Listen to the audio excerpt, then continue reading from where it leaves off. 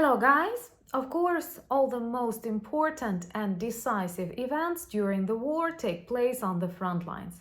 Russia knows that and decided to open a new front at the beginning of May around Kharkiv and targeted lots of villages, towns that are unfortunately located too close to the evil empire. Kharkiv, the city, also suffered a lot, but we may say that this Russian offensive failed. What is more important, it's not just my Ukrainian opinion. Unfortunately, there are too many Russian vloggers on YouTube, including, and they also report that somehow new Russian offensive failed. Lots of Russian soldiers are now trapped in Kharkiv region and Ukrainians continue destroying them.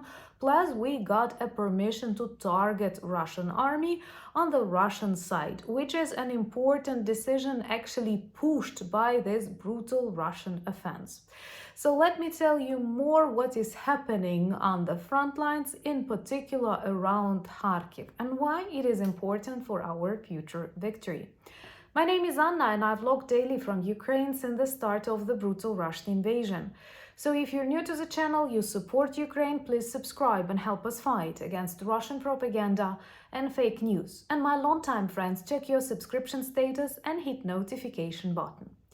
You know that Kharkiv is an important city for me personally. This is the city where I have defended my PhD. I visited it a number of times and I'm fascinated with its beautiful streets, architecture and very special vibe. And I pray that sometime soon you will be able to come and discover more of Kharkiv, even though Russians do everything to destroy more of its beautiful architecture, which reminds us once again, no, they don't need buildings, they don't need people, they don't need territories, they only want to destroy Ukraine and its culture.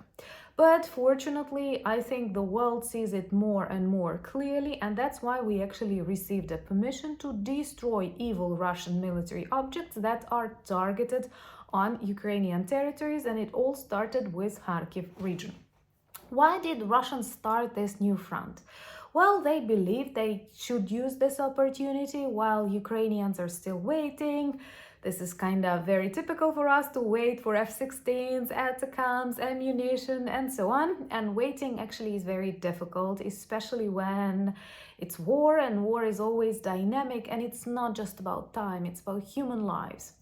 So Russia wanted to use this window of opportunity, as they call it, and started a new Kharkiv offensive, hoping they will separate Ukrainian troops, they will distract us from Donetsk-Luhansk region, they will cause these front lines to extend, forgetting that they also make the same thing happen to their own troops. And now even toxic Russian vloggers, yes, unfortunately, because of my work here, I do have to watch them from time to time. I'm happy to tell you that they report this total failure of Kharkiv offensive and that actually they had to take away lots of their troops from Donetsk region, Luhansk region, and many people from Belgorod. What was the plan? Nobody knows.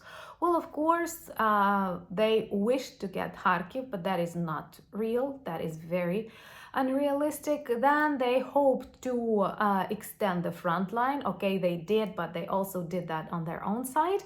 And potentially they wanted to create a buffer zone, a gray zone in which no one can stay, neither Ukrainian soldiers nor Russian soldiers, thus protecting the Republic of Belgorod. Yeah, this is a new joke in Ukraine. We often call it the Belgorod People's Republic, just as Russians wanted to create quasi-fake republics on the territory of Ukraine. Why not apply this very same logic to People's Republic of Belgorod, the People's Republic of Voronezh? Maybe it is also normal. Remember to subscribe to demonstrate your solidarity with Ukraine and help us spread more information about our fight and, I believe, our future victory. So Belgorod is under constant shelling, all because they have transformed this once normal region into a military base with lots of ammunition, warehouses, troops stationed, and so on. And one of the reasons why they actually started Kharkiv offensive was to protect Belgorod, creating this gray zone in the region of Kharkiv. But they failed. They did not manage to take Vovchansk and another small town that they intended to get, and in the result, a very big corridor remained, and now we have atacoms and all the other things that we need exactly in that corridor. And now we can actually reach Russians on the side of the Federation, which is a very correct decision, and I hope that sometime soon we will be allowed to use not just HIMARS, but a longer range missiles like ATACMS, and Russians will finally understand what is war. Because for years of this full-scale invasion, they were able to remain really close to the border, really close to the front lines, feeling totally safe, which is very contrary to what our Ukrainian soldiers experienced. So the plan to create this gray zone definitely failed, the plan to get Kharkiv failed, and now they are actually trapped in those regions, in those parts of Kharkiv region that they intended to get.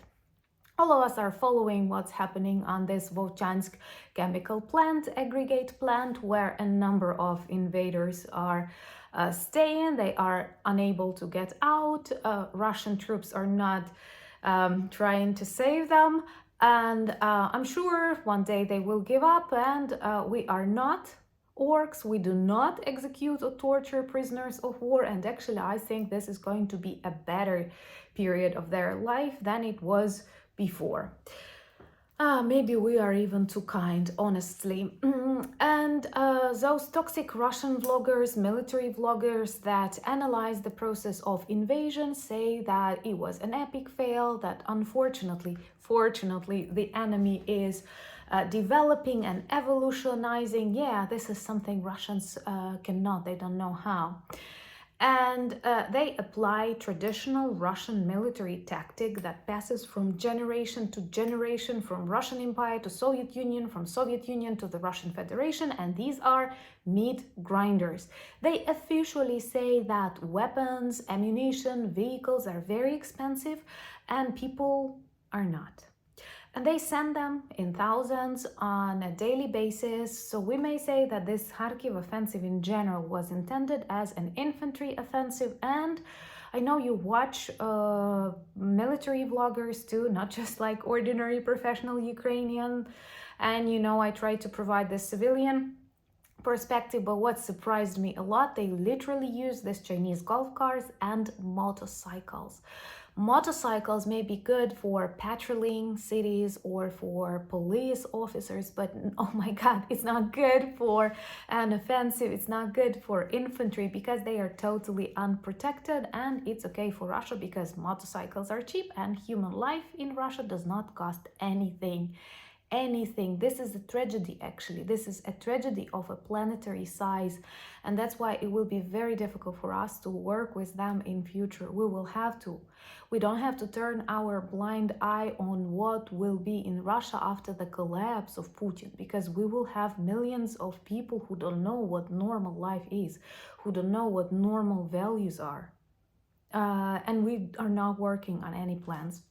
So they were sending this infantry in thousands, and now Kharkiv region, this bordering area, is a real meat grinder for Russians. Unfortunately, they mobilize like 30,000 per month, which is approximately what they lose per month. Just think about, imagine something similar happening in your country.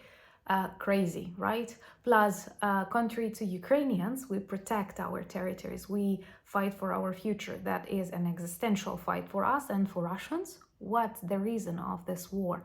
Putin told you that you can go to Ukraine and steal sneakers. Pathetic. Anyway, for us, this Kharkiv offensive of Russia gave positive changes, for example, lift of the ban, and now we can target Russian military objects on the side of Russia, and hopefully this territory will grow bigger and bigger, finally reaching the Kremlin. Also, we have neutralized lots of invaders because of the location, even the landscape of the region. And now I know that even though Kharkiv, the city of Kharkiv, is often targeted, still it feels more protected after we are allowed to prevent these Russian strikes. And guys, every of such positive decisions that allow Ukraine to defend itself, only defend itself. Despite all of these tragedies that Russia caused to us, we only continue defending us.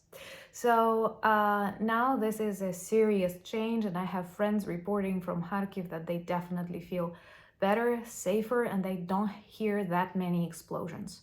So thank you, and please understand that all of your letters, all of your emails, all of your conversations with your representatives, these are not just words, these are not just your positions expressed, these are real human lives saved.